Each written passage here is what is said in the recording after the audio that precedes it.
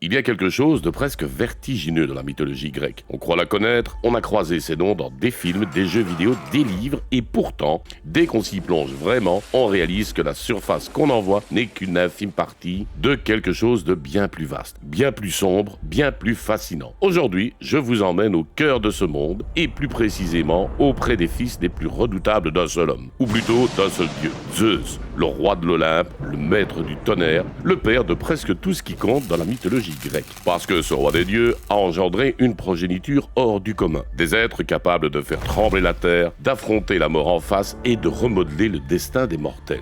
Et parmi tous ses fils, certains se distinguent d'une façon qui mérite qu'on s'y arrête vraiment. Voici les 5 fils de Zeus les plus puissants, du 5e au 1er. Et croyez-moi, le classement réserve des surprises. Restez jusqu'à la fin parce que le numéro 1 est sans doute celui auquel vous vous attendez le moins. Pour commencer ce classement, il faut remonter à une nuit extraordinaire dans une prison de bronze quelque part en Argolide. Le roi Acrisios avait enfermé sa fille Danaé sous terre après qu'un oracle lui avait annoncé que le fils né d'elle le tuerait un jour. Il avait pensé à tout, il avait tout verrouillé, sauf qu'il avait oublié une chose. Zeus ne se laisse pas arrêter par des murs de bronze. Le roi des dieux prit la forme d'une pluie d'or et s'infiltra dans la prison, et de cette union naquit Persée, un enfant dont le destin était déjà écrit dans les étoiles, bien avant qu'il ait prononcé son premier mot. La vie de Persée commence dans la terreur et l'abandon. Son grand-père, affolé par la naissance de l'enfant prédit par l'oracle, enferma Danaé le nourrisson dans un coffre de bois et le jeta à la mer. Un pêcheur nommé Dictys les recueillit sur l'île de Sériphos. Et c'est là que Persée grandit, loin des splendeurs de l'Olympe, sans aucun des avantages qu'on pourrait attendre d'un fils de Zeus. Ce détail est important parce qu'il dit quelque chose d'essentiel sur Persée.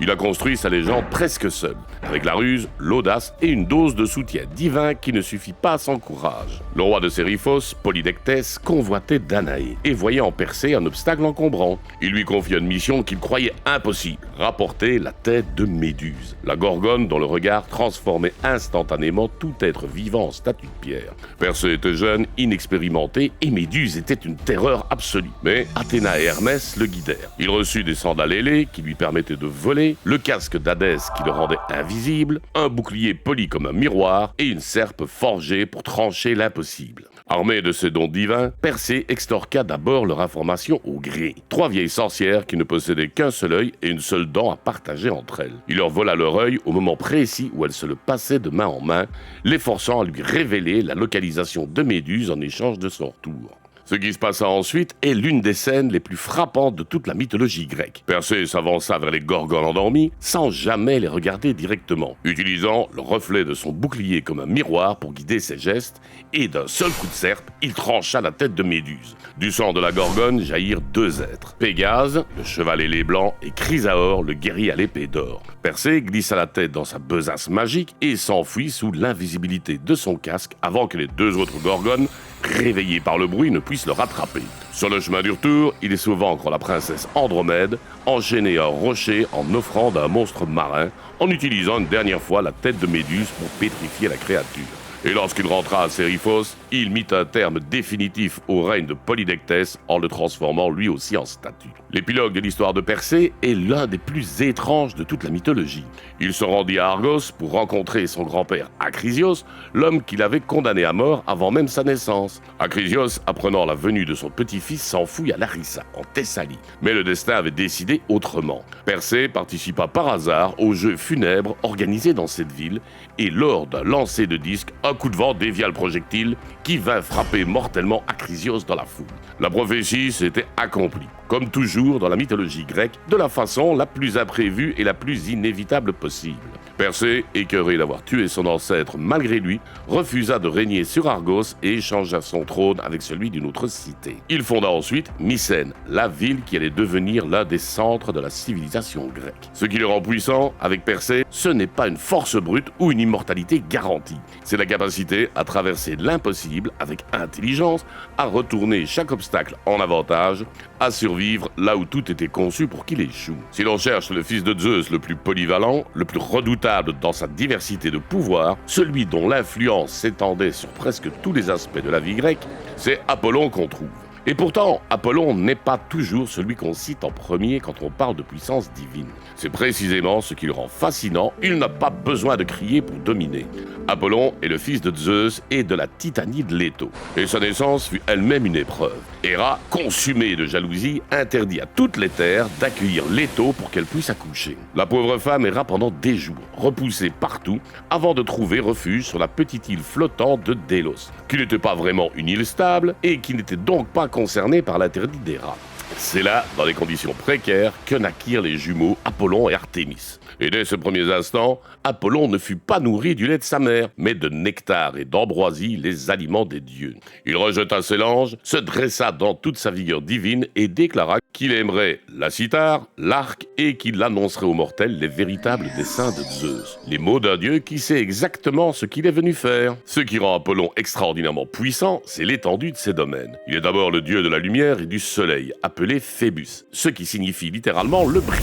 Il est le dieu de la musique et des arts, conducteur des 9 muses, joueur de lyre dont les mélodies enchantaient aussi bien les dieux que les mortels. Il est le dieu de la guérison et des purifications, celui qui transmit à son fils Asclépios le don de soigner toutes les maladies. Mais il est aussi, et c'est là que sa double nature devient troublante, un dieu archer redoutable dont les flèches d'argent ne manquent jamais leur cible et peuvent porter la mort ou la peste avec une précision terrifiante. C'est lui qui, pendant le siège de Troie, déclencha l'épidémie qui ravagea le camp grec. Celui qui massacra les 14 enfants de Niobé parce que cette reine avait eu l'arrogance de se vanter d'être plus féconde que Leto. C'est encore lui qui guida la flèche fatale qui tua Achille, le plus grand guerrier de la guerre de Troie, en touchant le seul point de son corps vulnérable. Et puis il y a Delphes. Le sanctuaire d'Apollon à Delphes était le centre du monde pour les Grecs. Littéralement, c'est là que se trouvait l'oracle le plus important et le plus consulté de l'Antiquité, la Pythie, dont les prophéties dictaient les décisions des rois, des généraux et des cités entières. Apollon était le dieu de la divination, celui qui connaissait les desseins de Zeus et les transmettait aux mortels. Homère lui-même, dans l'Iliade, fait dire à Xanthos, le cheval d'Achille doué de paroles pour un instant, qu'Apollon est le premier des dieux. Dans le panthéon grec, où chaque divinité est jalouse de son rang, ce n'est pas rien. Apollon fut aussi un dieu que Zeus châtia à plusieurs reprises pour avoir dépassé ses limites, ce qui dit beaucoup sur sa nature. Lorsque Zeus foudroya Asclépios, le fils guérisseur d'Apollon, parce que ce dernier avait osé ramener des morts à la vie et menaçait l'ordre cosmique, Apollon en eut la rage au ventre et massacra les cyclopes qui avaient forgé la foudre de son père. Zeus fut tellement furieux qu'il le condamna à servir comme esclave pendant 7 ans auprès d'un roi mortel. Ce détail révèle quelque chose d'essentiel. Apollon était assez puissant pour qu'on ait besoin de le tenir en laisse. Alors, si vous appréciez ce contenu, abonnez-vous maintenant et activez la cloche pour ne rater aucune de nos prochaines plongées dans la mythologie grecque. Le troisième fils le plus puissant de Zeus est peut-être le moins populaire du panthéon olympien. Et c'est précisément pour cela qu'il mérite une attention particulière. Arès, le dieu de la guerre, n'est pas un héros. Il n'est pas beau comme Apollon, sage comme Athéna, ni même impressionnant comme Héraclès. Arès est quelque chose de plus primaire, de plus dangereux, de moins maîtrisable. Il est la guerre dans ce qu'elle a de plus brut, de plus sanglant, de plus irrationnel. Arès, c'est le fils de Zeus et d'Héra, ce qui en fait un enfant légitime, une rareté dans la progéniture de Zeus. Il est le dieu du carnage, de la fureur au combat, de cette folie guerrière qui s'empare d'un soldat sur le champ de bataille et le transforme en machine à tuer. Le grec ne l'aimait guère, et c'est dit ouvertement dans les textes anciens. Homère, dans l'Iliade, le décrit comme un dieu irascible, violent, capable de changer de camp au gré de ses humeurs ou de ses amours. Zeus lui-même lui dit dans l'Iliade qu'il est le dieu qu'il déteste le plus parmi tous ses enfants. Parce qu'Arès ne connaît que la discorde, les querelles et les batailles. Ce n'est pas un compliment, mais c'est une reconnaissance. Ce qui fait d'Arès un être d'une puissance redoutable, c'est justement cette nature incontrôlable. Sur les champs de bataille, sa présence transformait les guerres ordinaires en boucheries. Il combattit aux côtés des Troyens pendant la guerre de Troie, ce qui lui valut de s'opposer régulièrement à Athéna qui soutenait les Grecs. Et dans ces affrontements, Athéna le battit presque à chaque fois, ce qui peut sembler contradictoire. Mais c'est là une nuance capitale de la mythologie grecque. La violence brute d'Arès était régulièrement vaincue par la stratégie et l'intelligence d'Athéna, sa demi-sœur. Les Grecs avaient clairement une vision de ce que devait être la vraie puissance militaire. Pas la rage aveugle, mais la guerre réfléchie. Arès représentait ce qu'il ne faut pas être, et pourtant il était vénéré parce qu'on savait que cette force existait en chaque homme. Ce dieu fut blessé par Diomède lors du siège de Troie, un simple mortel guidé par Athéna, et sa plainte fut si forte qu'elle résonna jusqu'à l'Olympe. Il fut aussi emprisonné pendant 13 mois par les géants à l'Ohadès dans un vase d'airain, et c'est Hermès qui finit par le délivrer alors qu'il était à l'agonie. Ces épisodes d'humiliation font partie de son histoire, et ils ne le rendent que plus inquiétant. Un dieu qui peut être vaincu, emprisonné, réduit à néant, et qui revient toujours. Plus violent, plus imprévisible. C'est un dieu qui ne peut pas être éliminé. La guerre est permanente, et Arès avec elle. Son influence culturelle est immense. Les Romains l'adoptèrent sous le nom de Mars et en firent l'une des divinités les plus vénérées, protecteur de Rome et père de Romulus, le fondateur légendaire de la ville éternelle. Chez les Romains, Mars n'était plus seulement un dieu du chaos. Il était la garantie de la victoire romaine, le garant de l'expansion d'un empire. Ce glissement dit tout sur la façon dont les civilisations ont cherché à apprivoiser cette force incontrôlable qu'est la guerre. Le deuxième fils le plus puissant de Zeus est un choix qui peut surprendre, et c'est voulu. Dionysos est souvent réduit au dieu du vin et de la fête, à une figure de débauche joyeuse qu'on sort pour les banquets et les célébrations. Ce serait une erreur grave.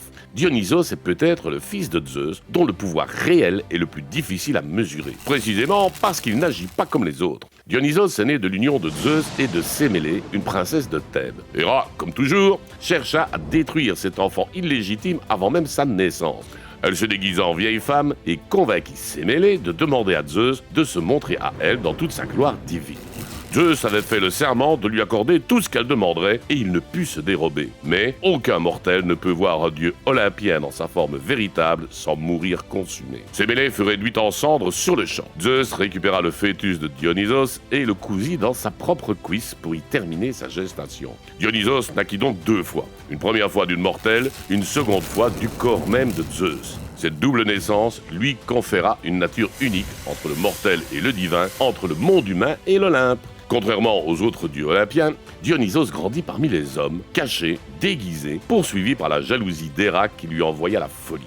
Il parcourut le monde entier, de la Grèce à l'Asie, répandant partout la vigne, le vin, l'extase et la connaissance de ses mystères. Partout où il passait, il convertissait des peuples entiers, fondait des cultes, transformait des suivants en ménades. Ces femmes saisies d'une transe divine qui pouvait déchirer des lions à main nue ou marcher pieds nus sur des braises sans se brûler. Son pouvoir n'est pas celui de la force physique ou de l'arc et des flèches. C'est le pouvoir de la transformation, de la folie divine, de l'extase qui efface les frontières entre les hommes et les dieux. Et c'est là que Dionysos devient vraiment terrifiant. Quand le roi Panthée de Thèbes refusa de reconnaître sa divinité et tenta de l'emprisonner, Dionysos le rendit fou, lui fit croire qu'il espionnait des femmes en train de célébrer ses rites et manipula si parfaitement sa perception que Panthée se retrouva errer dans la montagne déguisé en femme avant d'être mis en pièces par sa propre mère et ses tantes dans leur transe dionysiaque, sans que celle-ci réalise ce qu'elle faisait. C'est une mort absolument terrifiante et elle dit tout sur la nature de Dionysos. Il ne tue pas avec une épée,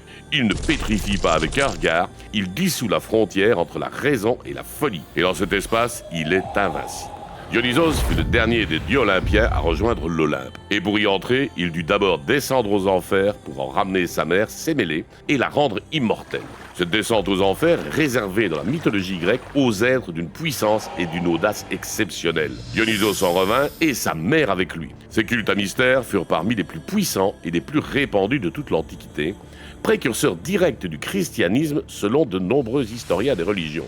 Un dieu né 2 fois, mort et ressuscité, dont les fidèles mangent son corps et boivent son sang en mangeant du pain et du vin. Les parallèles sont frappants et documentés. C'est dire l'influence de ce dieu que l'on croit connaître. Et nous voilà au sommet. Le fils le plus puissant de Zeus n'est pas un dieu de l'Olympe. C'est un demi-dieu. Un être né d'une mortelle, contraint de vivre dans le monde des hommes avec leurs limites et leurs douleurs, et qui devint pourtant la figure héroïque la plus célèbre et la plus influente de toute la mythologie grecque. Héraclès, que les Romains appellent Hercule. Il est à la fois le plus humain et le plus surhumain de tous les fils de Zeus. Sa naissance fut un acte calculé par Zeus lui-même. Le roi des dieux voulait un fils capable de protéger les hommes et les dieux contre les forces les plus redoutables de l'univers. Un fils fort et endurant comme aucun autre ne pouvait l'être. Il jeta son dévolu sur Alcmène, princesse de Mycène et descendante de Persée.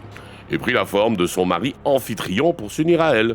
Héra découvrit la supercherie et entra dans une colère qui ne la quitta plus jamais. Elle fit tout pour empêcher Héraclès de naître à temps, retardant son accouchement pour qu'un autre enfant naisse avant lui et hérite du trône d'Argolide à sa place. Puis, quand l'enfant eut quelques mois à peine, elle envoya 2 serpents dans son berceau pour l'étouffer. Héraclès se réveilla, saisit les 2 serpents de ses petites mains et les étrangla.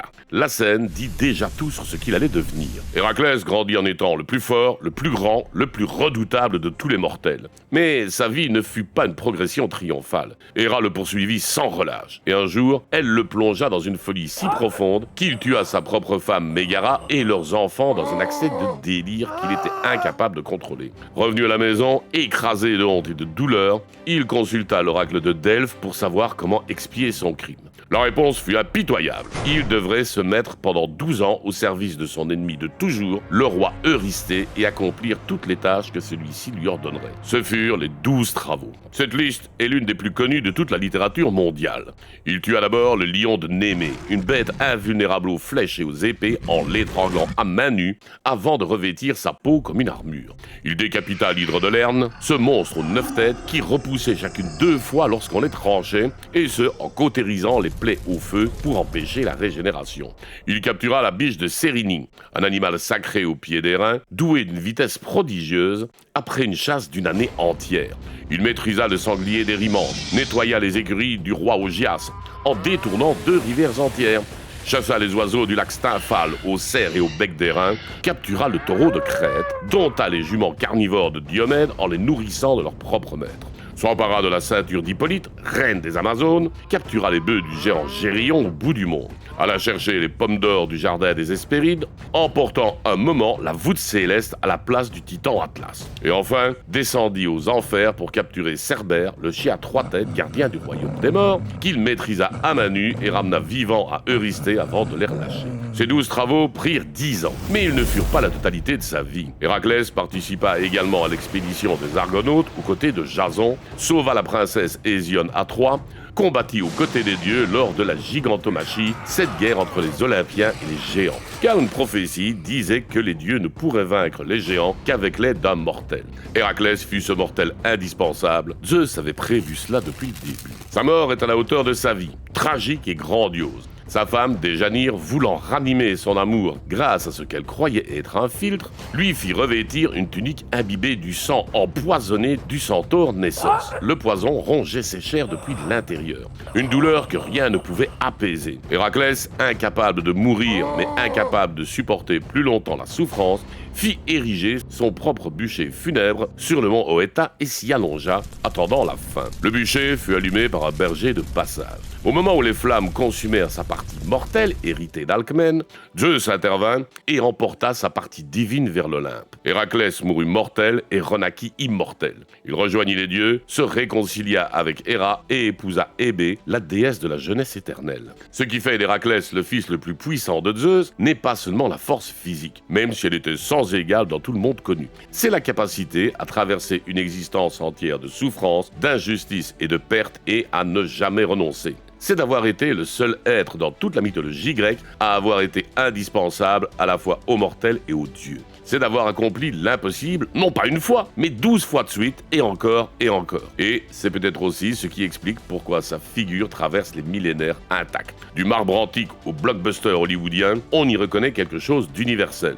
La possibilité que la douleur, portée assez longtemps et assez droitement, se transforme en grandeur. Zeus avait beaucoup de fils, mais un seul d'entre eux a porté le ciel sur ses épaules.